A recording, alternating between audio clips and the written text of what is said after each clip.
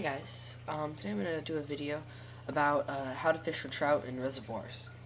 And there's basically two rigs that you can use. You can go fishing for, you can troll, or you can drift with power bait. Or if you're on a bank, you can cast lures or just power bait fish.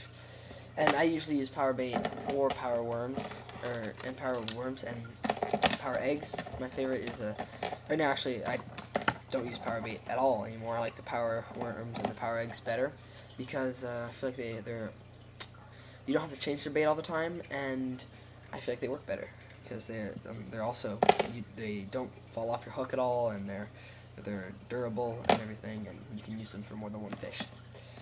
Anyways, so for trolling, you troll pretty slowly. It would be nice to have a depth finder to see how deep the fish are, and then you don't especially need, unless you're in a really big lake that's really deep, you don't need a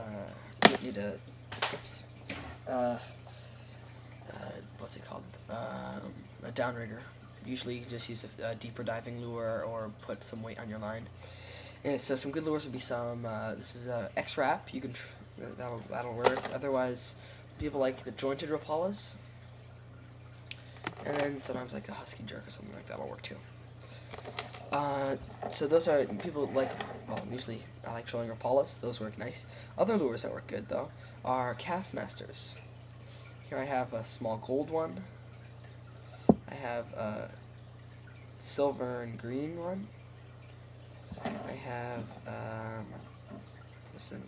good colors are also silver and blue. Everybody loves silver and blue Castmasters. And then otherwise bigger ones, the smaller, this is kind of like a rainbow trout color, and that fire tiger pattern, and the big silver one.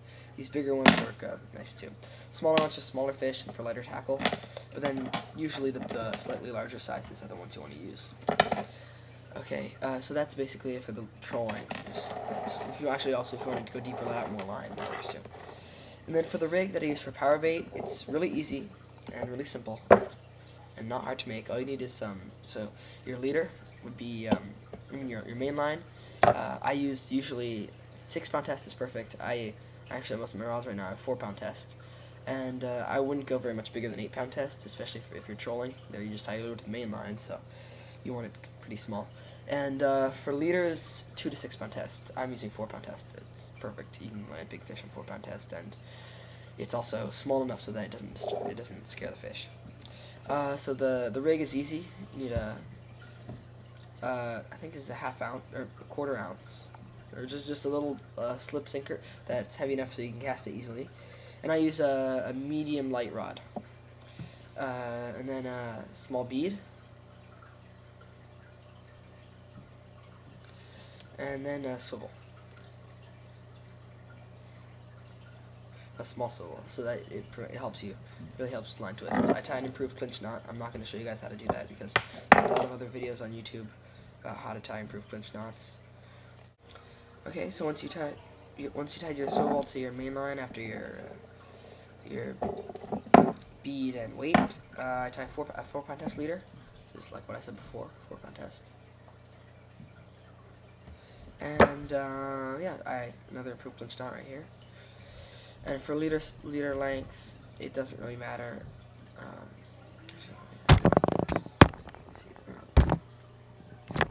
There, you can see better. It doesn't really. I like, some people say that for when there's weeds, you make a longer leader, which is probably true. I feel like if there's weeds, make it longer, but then you don't necessarily have to make it that much shorter if you're fishing on a rocky place. For example, where I fish, I think it's like a sandy, mucky bottom, or Lake Chabot where I usually fish. I'm not really sure.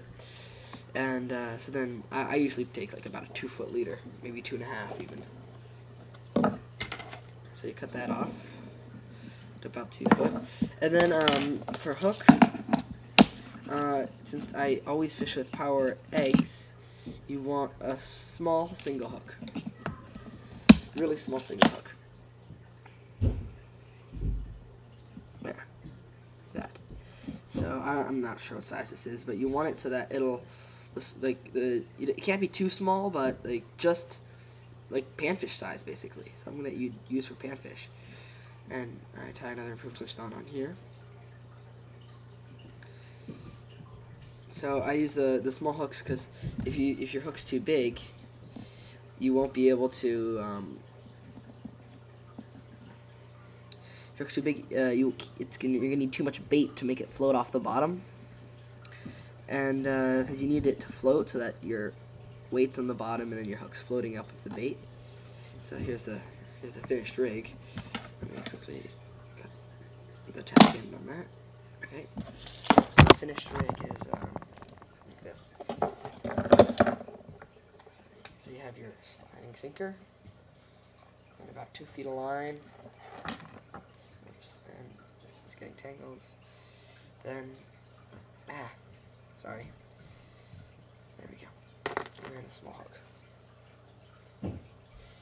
And then to rig your bait, let me get it over here.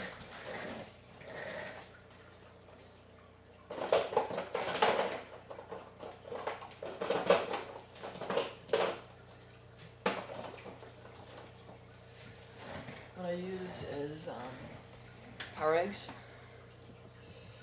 Love these things, they're awesome. Here, there's orange. This is what actually I caught the fish on the other video. And then you can use different colored power worms, and that fish took an orange with a red power worm. And to rig it, you go like this. You take your power egg string, and depending on the hook size, you'll need a different amount of eggs. I get a small enough hook where you can make it float with 1 egg and a power worm. So here you have your small little egg and your hook. Because actually the big fish don't usually like the bigger bait. They like I think they like smaller baits. So egg and a hook. And I feel like the chartreuse, the bright colors work pretty well. So then you put the egg, so it's like that, on the head. Normally, actually, this hook is slightly larger than I'd use, so you need 2 eggs to make this hook float, but I'm not going to do that because I don't feel like it right now. And also, it's wasting power eggs. And you take one of the power worms that's also on a strand. You just break it off. So you have 1 power worm like that. And you put that back in your power. These are small 3-inch trout worms. Power bait 3-inch trout worms. And they come in packs of 10. And they're all attached together in a line. So here you have your worm, and you have your egg and hook, and then you just thread the worm on there head first. It's kind of hard because the head's small, but it's also hard, especially if it's a really cold day like it was last time.